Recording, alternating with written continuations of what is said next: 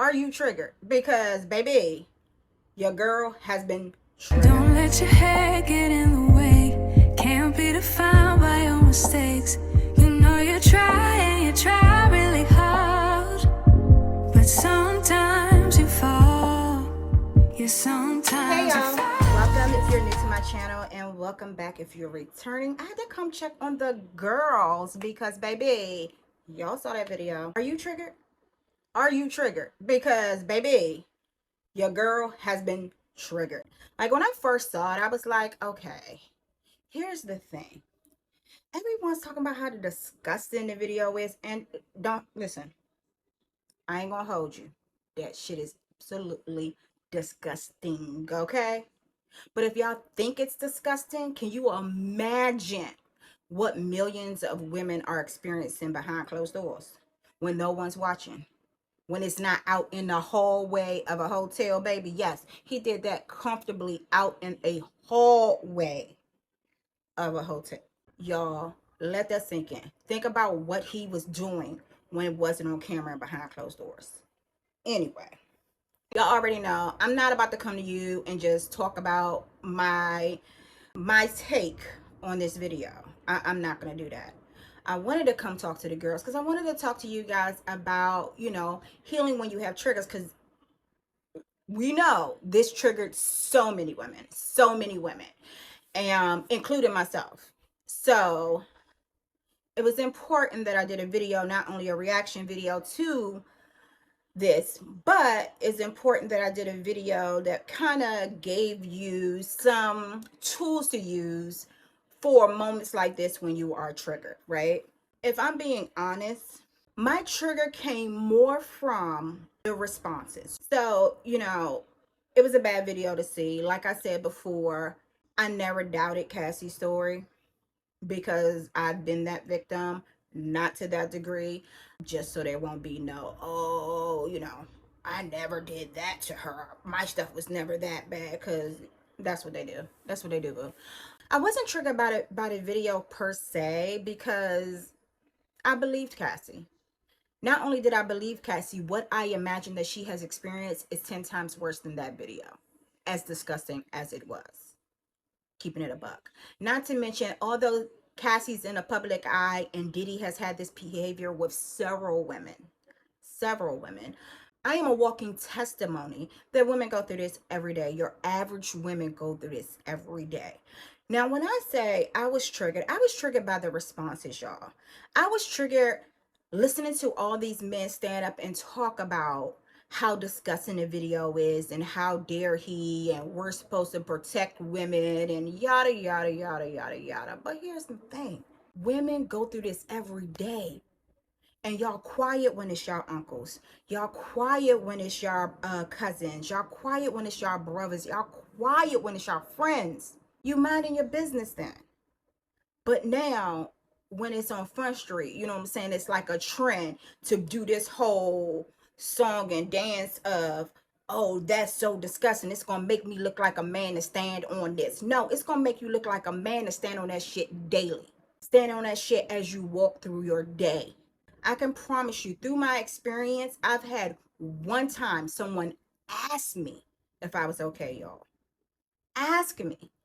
And while I get it, women go back every day, y'all. Women go back. It takes a woman on average 7 times to leave for good. So I get not putting yourself in harm's way to protect a woman. But for real, at some point in time, I need these men and these pick-me's, because I didn't see those messages too, where women are like, oh, she stayed, oh, but this and that. She was 19 when she got in that situation, and I'm gonna tell you right now, he had control of her mentally and emotionally before he ever put his hands on her. And you're not gonna tell me that a grown man a grown man with power can't easily manipulate and control a 19-year-old girl if he gets his hands on her that early. So miss me with the she should have left, oh, now she's speaking out, oh, she stayed, oh, she taunted Kim when she was ready. Of course she did. Of course she did. What's your point? Anyway, Now that I'm done that whole thing. So yeah, y'all, I'm be honest, that's where my trigger came from. My trigger came from watching all these people stand up and say something, or feel the need to jump on this trend of, oh, I need to stick my chest out and act like I'm a man and I want to protect women and I could never. And I could tell you half of them people who say they could never did. Y'all did. Whether it was once, twice, you did. So anyway, I say that to not necessarily dig in nobody's, but if this disgusted you, if this truly disgusted you, I'm gonna need you to be more intentional with how you move in this world and how you witness women getting abused.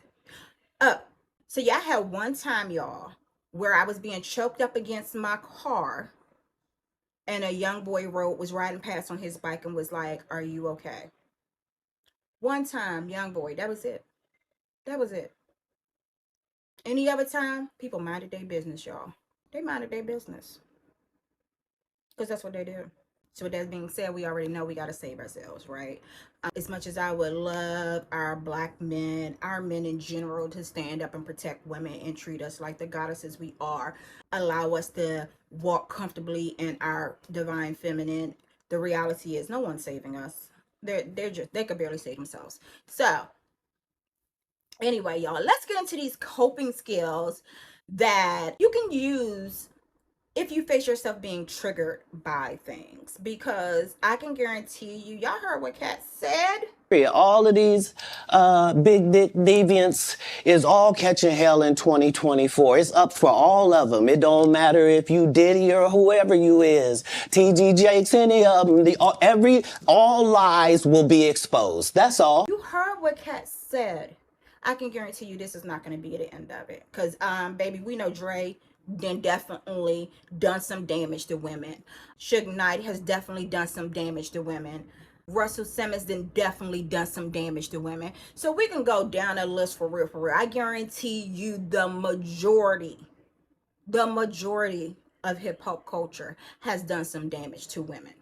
So, but anyway, yeah, I digress. So that being said, y'all, let's get into this. All right, y'all already know this channel not big enough to get sponsored, so I am my sponsor. Let's get into this. If you're looking for a black-owned, high vibrational spiritual shop to buy your essential healing journey tools, then check out the Vibe Collection. We currently just started adding digital products to our healing hub, but what we are known for is our luxury crystal waist beads.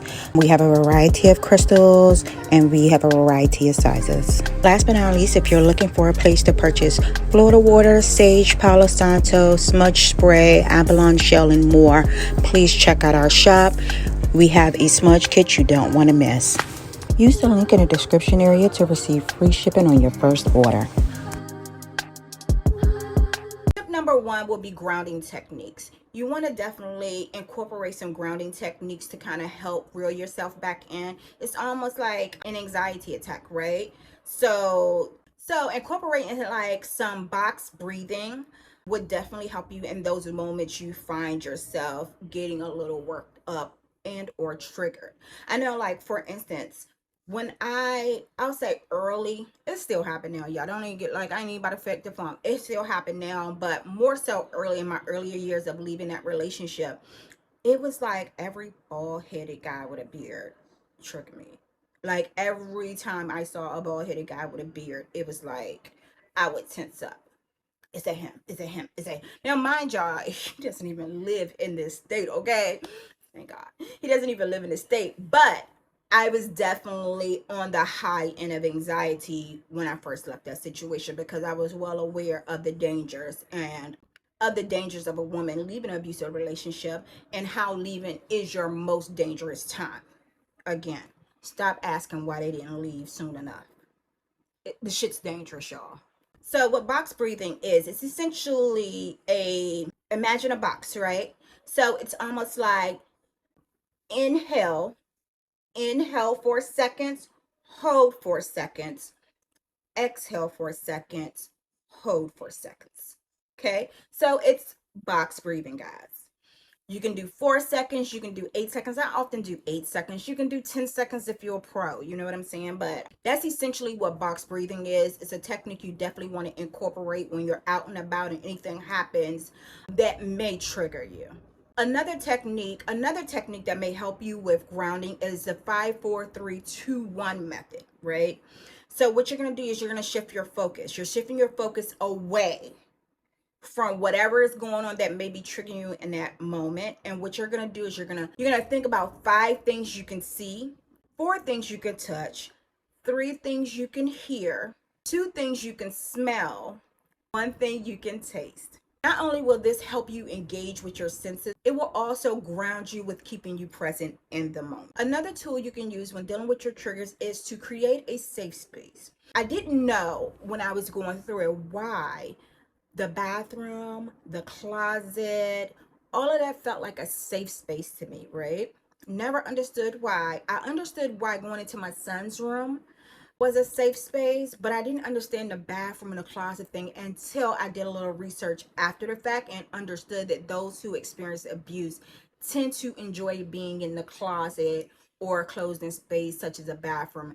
And what I think it is, y'all be careful with the bathroom because it's a lot of hard stuff in there. You already know if he gets in there, I've been drugged out of the bathroom, okay? I've been attacked in it, but I've definitely been drugged out of the bathroom. So that happens as well. But you definitely want to create a safe space at home.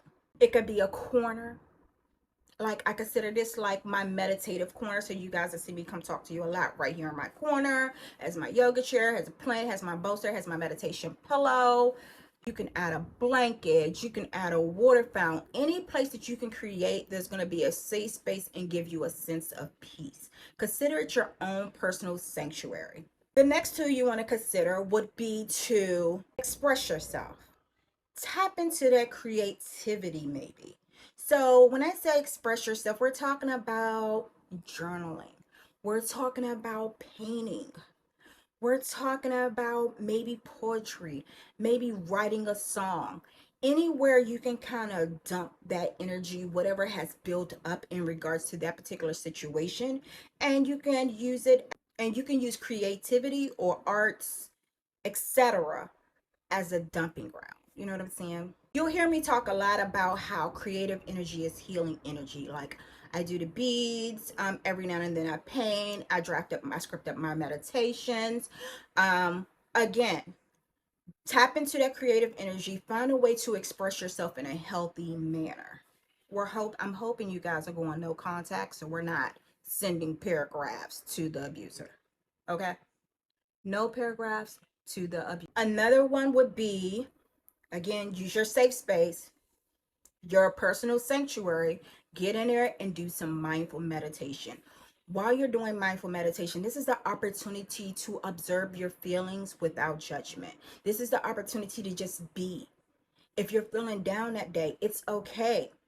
Give yourself grace. The point of the mindful meditation is to give your mind a break from the distressful thoughts that you're having and to help you gain a new perspective. The other option is stay connected. Tap into your tribe. Tap into your support system. Reach out to your girlfriend. Hey sis, I just need to talk. I'm feeling down. Hey sis, let's grab brunch. Hey sis, let's hit yoga. Hey sis, let's go hiking. Tap into your support system. Sometimes, because we're in the moment and in our head, we need an outside voice that's going to remind us that that was the past. You're doing amazing. You didn't deserve the behavior. Give yourself grace and let's move forward. Another option for dealing with triggers would be to focus on your routine. If you don't have a routine, create a routine. Not only does this help you stay productive and busy and not necessarily ruminating over the past, but if it's loaded with all types of high vibrational tasks, such as, okay, today I'm going to go work out. Today I'm going to meal prep, feed myself some good things. Today I'm going to do some meditation. I'm going to do some yoga. I'm going to do some journaling. Whatever your routine is, and I hope you have a self-care healing routine, focus your energy on that. Focus your energy on creating one if you don't have one, or focus your energy on being intentional about keeping your routine in those moments where triggers may arise. Very simple one, not even gonna go into details with this. Seek some professional support. So, therapy, support groups that may be led by therapists. You get it. Professional help. And for those who are deeply rooted in religion, that could be your pastor. I mean, I would suggest a therapist. But if your pastor's gonna help you do the job, they're a professional. Let's get the work done. You know, another very, very simple one. Give yourself grace and have some compassion. This is almost sure this will be your first time going through abuse, because typically when we go through it once, we ain't trying to do that shit. Okay, so once we get out, and we sure we don't want to experience that again, and we've healed, we don't go back into that. So I'm just going to talk to you as if this is your first time. Give yourself grace. We've never experienced that before. I don't know if I talked to you guys before about my experience. Like, my father would never, my mother would never, you know. I don't come from a family that's deeply rooted with abuse, or I want to say like mental issues, drug issues, alcohol. Like, that's not my childhood, y'all. I'm keeping it a buck. That's not my childhood. Too many times people talk about, oh, women be having daddy issues. Your girl don't have no daddy issues, which is also why this healing is taking place. Because now that George is up in heaven, Ebony can't be walking around like she got daddy issues, because she don't. That being said, it's the first time for everybody. You know what I'm saying? Like, it was the first time for my father experiencing having a daughter that's being abused. It's the first time for my mom. It's the first time for me or my sisters. Like, it was the first time for all of us. So giving grace across the board, giving grace to them for whatever I may blame them. I don't blame them for anything, but you know what I'm saying? For whatever. Giving grace to myself. You know what I'm saying? Get like, on and on, you gotta give yourself grace. There's not necessarily, like parenting, one size fits all healing journey here, y'all. It's not a one size fits all. So there are going to be moments where you fall short. There are going to be moments where you feel like you have to get a reset. There are going to be moments where you are triggered. The whole point of the journey is to build upon the techniques that will help you not only be self-aware, be grounded, and move in a manner that is more aligned with the person you want to become and the most healthiest version of you. Okay, I have two more tips and I'm almost done, you guys. So the next tip was going to be to plan ahead. So I know for a lot of people, they may get triggers when it comes to like anniversaries or birthdays, because let's keep it a buck, you guys. Like, a lot of time our abusers were once our best friends. Let's keep it a buck. We live with these people. This was the man who once loved me. This is the man that I've been through good, bad, ugly with. So there are a lot of things that may trigger you, whether it be showing up to church on Sundays because he's not next to you and you're used to that, whether it be anniversaries, whether it be riding past your favorite restaurant, whether it be riding past a park you guys know you had a picnic at. What, like, there's so a favorite show pops on TV, a song. There's a lot of things that we do not have control over, but there are things that we do know may come up and we have to prepare ourselves according. For instance, y'all, shortly after me leaving my relationship, the abusive relationship, I noticed that I always got triggered on October 20th, which happened to, and at first, y'all, I didn't even know why I was being triggered. It was just like I just felt super emotional that day. And then I realized, I guess the second year or so when it happened, it was one of my childhood friends' birthdays. Now, she was unalived by her husband, and it was a very traumatic experience for me. It'll be a story later. Keep it short. Homeboy tried to show up to the funeral, y'all. Got into a shootout with the police. Okay, but that being said, you guys, I knew, like, on October 20th, by the second year, and it popped up on my phone. Like, I started calling my mom. I started calling my mom, y'all, because it was every year. Every year, October 20th, I was a freaking mess, y'all. And obviously, this didn't even have anything to do directly related to my experience outside of survivor's guilt. Outside of survivor's guilt, I'm still here and she's not. And we had the same experience essentially. So again, plan ahead. If it's an anniversary, plan to give yourself a self-care day. If it's an anniversary, plan to give yourself a self-care day. Go to the spa. Treat yourself to lunch. Treat yourself to dinner. Treat yourself to brunch. I don't care what you do. Don't sit in the house and cry. Don't do that. Okay? Last but not least, educate yourself. Educate yourself. I cannot express this one enough, okay? Once I started educating myself and I started really understanding what happened to me and how I got there, it was so much easier to heal from essentially. So much easier. Once I started understanding the manipulative tactics that was used against me, I didn't feel so stupid. I didn't feel so stupid. Once I started understanding how many women actually experience this and never say anything, I was proud of myself. I was proud of myself. So I want you to educate yourself. Like, I have a whole playlist, you guys. I'm going to try to remember to put it up here.